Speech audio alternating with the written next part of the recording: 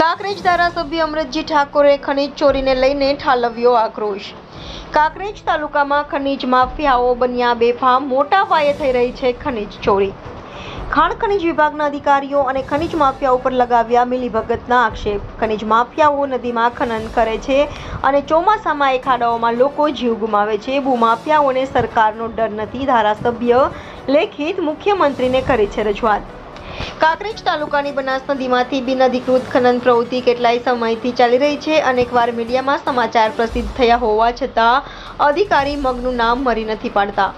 ઉચ્ચ કક્ષાએ રજૂઆત કરવા છતાં કોઈ તપાસના આદેશ નહીં। કાંકરેજ તાલુકાની બનાસ નદીમાં એટલા મોટા ખાડા પડ્યા છે કે ખાડાની અંદર ઉતરીએ તો પણ ચડવું મુશ્કેલ બને છે। ફાઇલ વિડીયોમાં દેખાઈ રહ્યા છે ત્યારે કોણ છે ખનીજ ચોરીનો બાપ, તેવા પણ સ્થાનિક પ્રજામાં પ્રશ્ન થઈ રહ્યા છે। સ્થાનિક તંત્ર હોય કે જિલ્લા તંત્ર, અધિકારીઓ માત્ર રોડ ઉપર ગાડી પકડી અને સંતોષ માનવામાં આવે છે। ગાડી પકડ્યા પછી ક્યાંથી ભરાણી અને કઈ જગ્યાએથી ભરવામાં આવી તેની તપાસ કેમ કરવામાં આવતી નથી? આનાથી તો કેવી મિલીભગત કહેવાય? ત્યારે મીડિયા સામે અમરતજી ઠાકોર કાંકરેજ ધારાસભ્ય જણાવી રહ્યા છે, જિલ્લાની સંકલન મિટિંગમાં પણ રજૂઆત કરી હતી તો પણ કોઈ તપાસ કરવામાં આવતી નથી। ધારાસભ્ય આટલી રજૂઆત કરવા છતાં કોઈ અધિકારીનું પેટનું પાણી હલ્યું નથી તો પછી આમ પ્રજાનું શું આવી શકે તેવી લોકમુખે ચર્ચા થઈ રહી છે। રિપોર્ટર ભગવાન રાયગોર, ઇન્ડિયા 24 ન્યૂઝ, કાંકરેજ।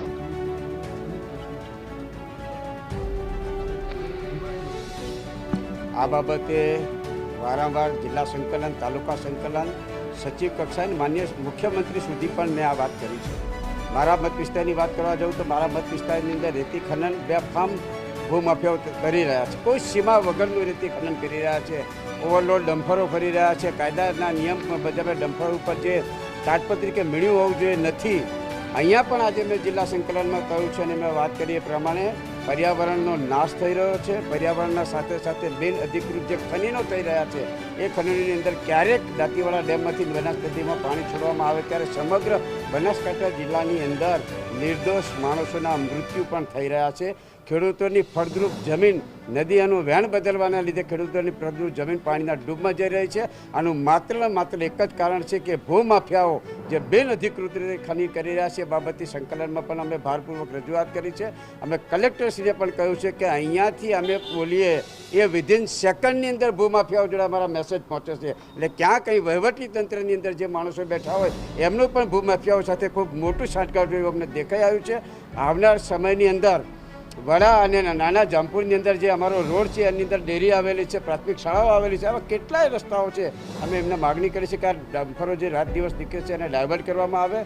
ખેડૂતોના ફળદ્રુપ મોલ ઉગે છે અને એના જે ડમ્ફરો નીકળવાથી એની ડસ્ટ ઉડે છે, ડસ્ટ એના ફૂલોમાં પેસી જશે। ખેડૂતોને પણ એ બાબતનું માત્ર નુકસાન થઈ રહ્યું છે।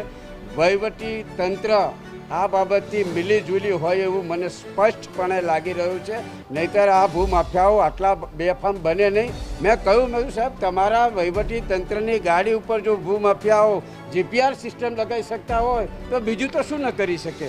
ક્યાંક ને ક્યાંક ભૂમાફિયાઓને વહીવટી તંત્રનો કોઈ પણ પ્રકારનો ડર રહ્યો નથી। આ બાબતથી લેખિત રજૂઆત મેં માન્ય મુખ્યમંત્રીશ્રી આગળ કરી છે।